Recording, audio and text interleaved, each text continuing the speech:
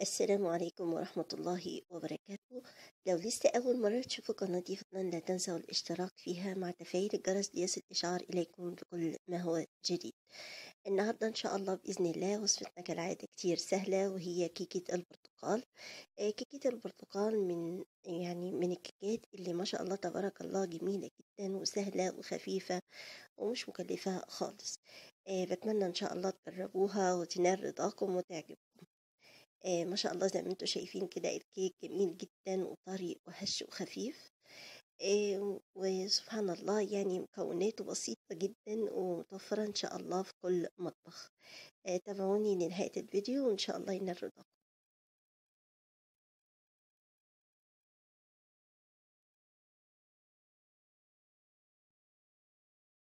مكونات الوصفة: أول حاجة بنحضر المكونات الجافة اللي هي عبارة عن كوبايتين من الدقيق، بنشيل منهم معلقتين كبار من الدقيق، طبعا الملاعق المعيارية. طيب أنا ليه بعمل الخطوة ديت؟ أنا بستخدم دقيق لكل الأغراض، وبالتالي عايزة أضعفه فبضيف إليه ملعقتين نشا، وبالتالي بشيل منه ملعقتين كبار من الدقيق وبضيف مكانهم ملعقتين كبار من النشا. النشا هنا بيساعد جدا في إضعاف الدقيق، وده اللي أنا محتاجاه في الكيك. بعد كده بنزل بمعلقة كبيرة ونصف بيكنج باودر ورشة خفيفة من الملح، يعني معلقة كبيرة بيكنج باودر وكمان معلقة صغيرة بيكنج باودر. بقلب الخليط حتى يمتزجوا تماما، وبعدين بتركهم جانبا لحين تحضير بقية المكونات بتاعتنا. طبعا المكونات بتاعتنا عبارة عن كوباية من السكر طبعا بدون طحن، وده زي ما انتم شايفين الكوبين، لان جالي كتير في التعليقات ايه هو شكل الكوباية اللي بديل عن الكوبايات المعيارية. ده المج الزجاجي المتعارف عليه، اعتقد موجود في كل بيوتنا طبعا.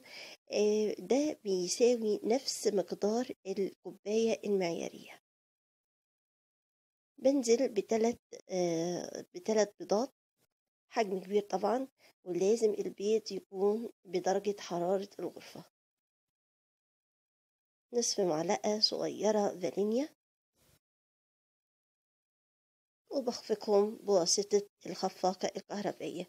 طيب لو أنا ما عنديش خفاقة كهربائية تقدروا تستخدموا الخلاط في الخطوة ديت، اللي هي هنضيف البيض مع السكر، بس في الحالة دي هننزل معاه كمان بالزيت كسرسوب خفيف مع الخفق.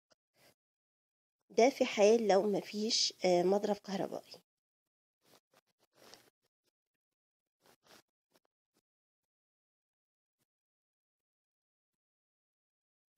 بفضل أخفق لغاية ما أصل لهذا القوام. بعد كده بنزل بنصف كوب من الزيت الذرة أو زيت دوار الشمس، بس طبعا الأفضل ذرة بيبقى كويس جدا في الحلويات. طبعا ما ينفعش أبدا إن أنا أنزل بالزيت مرة واحدة، زي ما قلنا قبل كده الزيت لازم ينزل بالتدريج زي سرسوب كده خفيف مع الخفق، عشان أحافظ على القوام اللي احنا عملناه في الأول. يعني بنزل بشوية من الزيت وكمان وبعد كده بخفق. بفضل بكرر نفس الموضوع ده لغاية ما انتهي أو لحد ما انتهي من النصف كوب الزيت، وبخفق برفق جدا عشان أحافظ على الهواء اللي عملناه في الأول.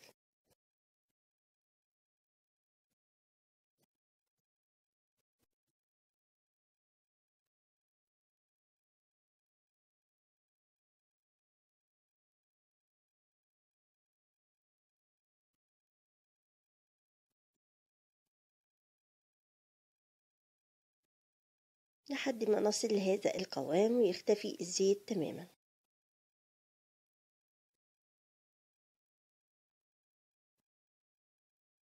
بعد كده بنزل بالمكونات الجافة طبعا مع نخلها، يعني لازم تنخل جيدا.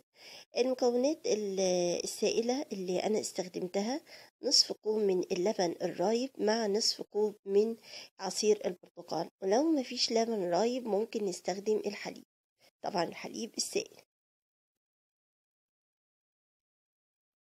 زي ما انتوا شايفين بنزل بقليل من الدقيق وقليل من السوائل بالتناوب ما بينهم لحد ما ينتهي الخليط معايا خالص، أو لحد ما تنتهي معايا المكونات. طبعا بخفق برفق جدا. أنا هنا مسرعة بس عشان ما اطولش عليكم الفيديو، لكن طبعا الخفق هيكون برفق جدا عشان أحافظ على الهواء اللي دخلناه في الأول. زي ما انتوا شايفين بفضل أنزل بقليل من السوائل وقليل من الدقيق أو المكونات الجافة، اللي كانت عبارة عن الدقيق والنشا والبيكنج باودر ورشة الملح. طبعا بنزل بعد كده بمعلقة صغيرة خل أبيض، ويفضل طبعا الخل الطبيعي، ونخفق حتى نصل لهذا القوام. هي سهلة جدا ومبتاخدش وقت خالص.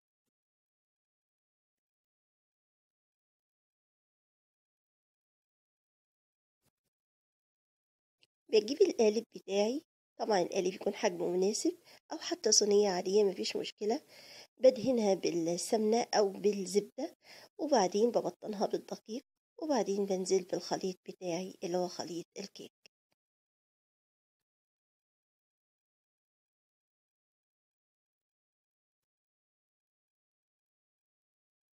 طبعا ندخل الصينية فرن مسبق التشغيل. لو الفرن بتاعنا كهرباء النار هتكون من تحت فقط. في أول 10 دقايق بحط الكيك على 200 درجة، ما تستغربوش في الأول، بس أول 10 دقايق على 200 درجة. بعد كده بخفض الحرارة على 160 وبسيبها لحد ما تستوي لمدة من حوالي يعني 45 ل50 دقيقة. وفي آخر بس دقيقتين بولع النار من فوق عشان بس تاخد لون كويس. لو الفرن بتاعي غاز، بيبقى نار برضو من تحت فقط، الرف الوسط. أول 10 دقايق على 200، بعد كده بخفض الحرارة على 180 وبسيبها من حوالي 35 ل40 دقيقة. بعد كده بنحضر الخليط بتاعنا اللي هو خليط تلميع الكيك، اللي عبارة عن ملعقتين من المربى، سواء مربى مشمش أو برتقال، وبضيف إليهم ربع كوب من عصير البرتقال، وبخفقهم جيدا وبضعهم على النار. بتكون النار في الأول بس بتغلي، بعد كده بهدي النار خالص وبسيب الخليط بتاعي مع التقليب لحد ما المربى تدوب تماما في العصير. بعد كده بلمع بواسطة فرشاة بلمع الكيك بتاعي وبزينها حسب الرغبة، وممكن بس نكتفي برشة جوز هند على الوش وخلاص. فالتزيين ده بيرجع لحسب الذوق. زي ما انتوا شايفين بعد ما هديت، طبعا هي كانت يعني مش باردة خالص، يعني أنا بصراحة يعني من جمالها أساسا يعني لا تقاوم. ف استعجلت طبعا عليها وقطعتها لأن فعلا جميلة جدا. يعني ما تقلقوش مش هتتهري منكم ولا أي حاجة. الكيك أساسا متماسك وفي نفس الوقت طري وخفيف جدا.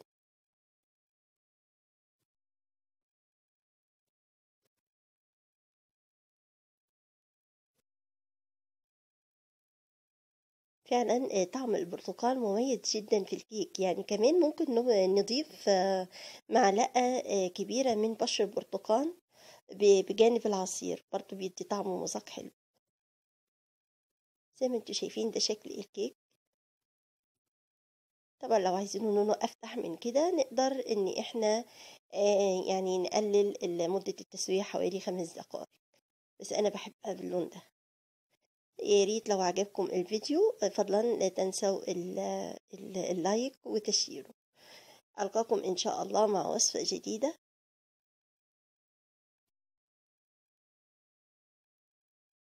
من مطبخ أم حمزة.